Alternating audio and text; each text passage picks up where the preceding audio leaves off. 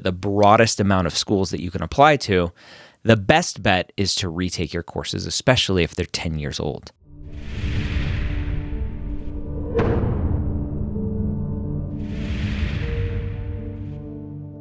The Old PreMeds Podcast, session number 329.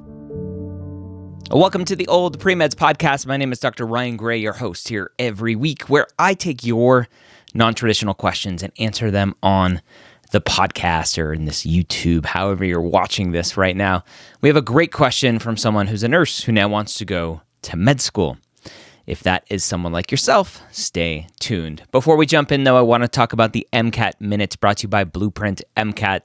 The best time to take the MCAT is when you're ready. The next best time is ideally the time frame around kind of January to March or April of the year that you are applying, which is the year before you're planning on starting med school. So to get that ideal timeline in place, make sure that you have a study plan ready to go that's going to fit your academic schedule, your work schedule, your volunteer schedule, your family schedule, all that kind of fun stuff. Go over to blueprintmcat.com today. Sign up for a free account and use their amazing study planner tool to help you with that. Again, that's blueprintmcat.com. Let's go and jump into our question today from our student, again, who's a nurse who is now thinking about going to med school. She says, needing some advice, please. I'm a nurse and have been for about 5 years. But prior to that, I received a biology degree with a 2.8 GPA with lots of C's and B's. And before that, had poor grades on a first attempt at nursing school, 1.8 GPA. My recent nursing grades are 3.5 GPA for associates, 3.8 for bachelors. Now, given that the science grades are 10 years old, should I retake all prereqs, even the ones I got a B and above for, Bio 1, Bio 2, Chem 1, Physics 2, OChem, Calculus, and Stats? I wasn't disciplined then, so I did get some C's in higher level courses, Chem 2, OChem 1. Physiology, biochem, and a D in physics 1. So again, my question, please, should I just be retaking all of my classes because they're old? I think that's probably the best caveat to this question is how old these classes are.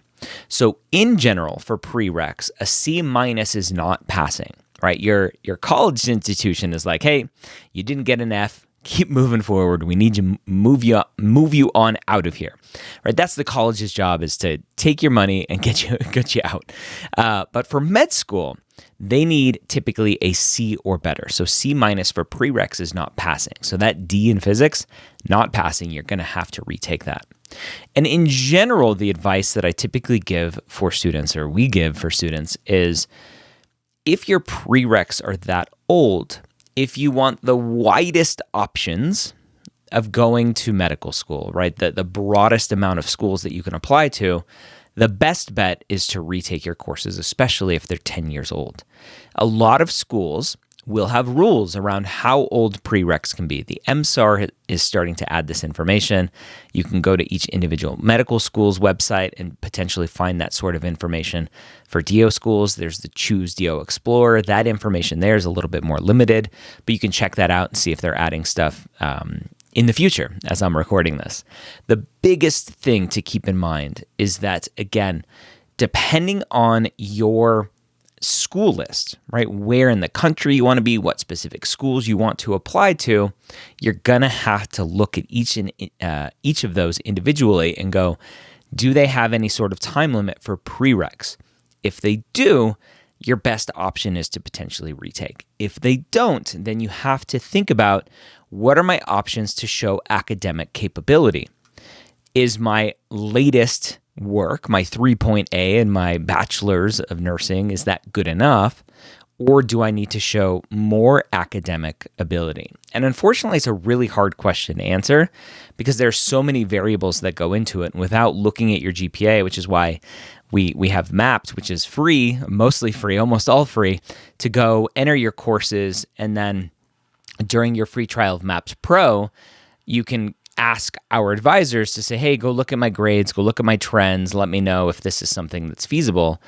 Mapped Pro, you get a free trial when you sign up. That is the paid part of Mapped right now, that and my LORs. But if you just want to track your grades, track your activities, use it as kind of a journal and a portfolio as you're being a pre-med, Great, use it for free forever. But without seeing all of those nitty-gritty details of what do the trends look like and how long are the trends and all of that fun stuff, and what are your calculated GPAs, right? Maps calculates your GPAs exactly like AMCAS and ACOMAS and TMDSAS would. And so without seeing those, it's really hard to give specifics of like, you need 12 more credits or 20 more credits or 40 more credits or whatever. Again, the biggest piece of advice, generally speaking, is with prereqs that old, you're probably best off just starting from scratch, retaking those prereqs, proving yourself academically, and helping schools understand that you're not that student anymore. And now you're this other student who's more dedicated, more disciplined, etc. But again, it really just depends. There's an anecdotal story of a physical therapist. She emailed me and was like, hey, thanks for your resources. Here's who I am. And she was a physical therapist for 20 years, took the MCAT, applied, got in without redoing any of her prereqs because the schools that she was interested in applying to, because she was older, a non-traditional student, and was more settled with kids in the community and everything, she had a very limited set of schools to apply to. And those schools, she knew, were fine with her older prereqs. So it really just depends as you're building out your school list, trying to figure out what are they expecting, what do they want, what are their rules, their requirements, guidelines, etc.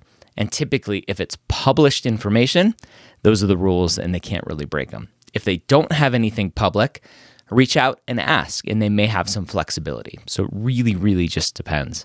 But as you're going through this process, especially from nursing to medical school, one of the other common mistakes that students make is not understanding that the biochemistry that you took for your nursing probably doesn't count as a prereq as biochem for medical school.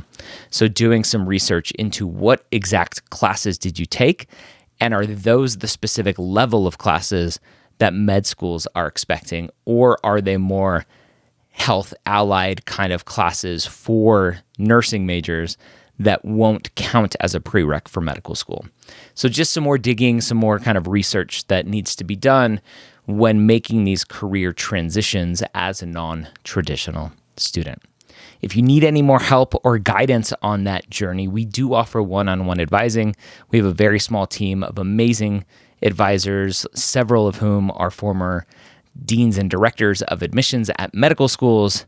So go check out our advising options at medicalschoolhq.net. I hope you have a great week. We'll see you next time here on the Old PreMeds podcast. And don't forget to go check out blueprintmcat.com. Sign up for that free account today.